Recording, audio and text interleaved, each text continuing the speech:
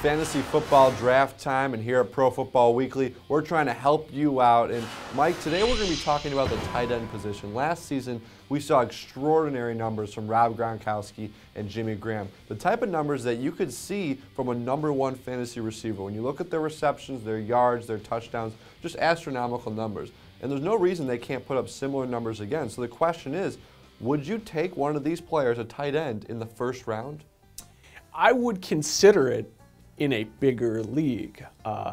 Minimum of 12 teams, 14, 16 teams. As a personal example, I thought about it in a PFW mock draft we had for the magazine. I had the 11th pick. I thought about it because I just think that Rob Gronkowski is that good. I think he's that talented.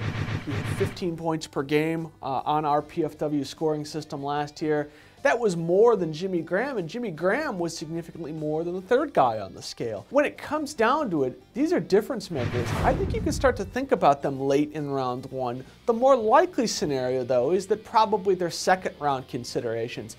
And if you get them in round 3, you're stealing, particularly if you're in a bigger league. And you looked at Gronk and Graham, at times you knew they were going to get you a touchdown because they're in great offenses, they're fantastic athletes, and they're targeted near the red zone. That's exactly what you're looking for as a fantasy owner. So you can understand why they might get taken in round 1. One reason I think you maybe won't want to take them that early, it's a very deep tight end position. There's a lot of quality players in this day and age when you look at the Vernon Davises, Jermichael Finleys, Jason Witten's done it for years. But we don't know really, it's hard to say who the third best tight end is. If Gronkowski and Graham get off the board, there's going to be a gap. Who's the third tight end? You know, I think it's going to vary from person to person. I think there's a case for Antonio Gates.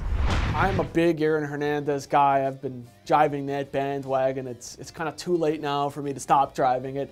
I like Jermichael Finley quite a bit. I guess the question is, when does that run start? And I think, and I've written this before on ProFootballWeekly.com, I think you want to start sort of the run at a position. I think get the guy you want. Don't settle for somebody at this position, because I think you made a very good point. I think this is a deep position this year. It's deep in quality. I think you can, if you want to separate it into tiers or look at various parts of the draft where these guys might come off the board, I think you can find somebody that can help you at various stages. But to me, I think we can agree on this. It's Gronkowski and Graham and then everybody else at this position. When you look at round 1, you're going to see the top quarterbacks go. You're going to see Foster McCoy, Ray Rice, Calvin Johnson, maybe Victor Cruz, and you know, at the end of the first round, that's when people are going to have to decide, do I take a Gronkowski or Graham? And you mentioned how deep this class is. I think in fantasy leagues where there's that flex, the wide receiver, running back, or tight end, you might see more teams taking a second tight end to fill that spot. And Aaron Hernandez, who you know is going to put up wide receiver type numbers. So it makes it easier for fantasy owners because there's so many good tight ends out there to take. When do you think Rob Gronkowski or Jimmy Graham should go in your fantasy drafts? Let us know on our YouTube page at youtube.com/ProFootballWeekly.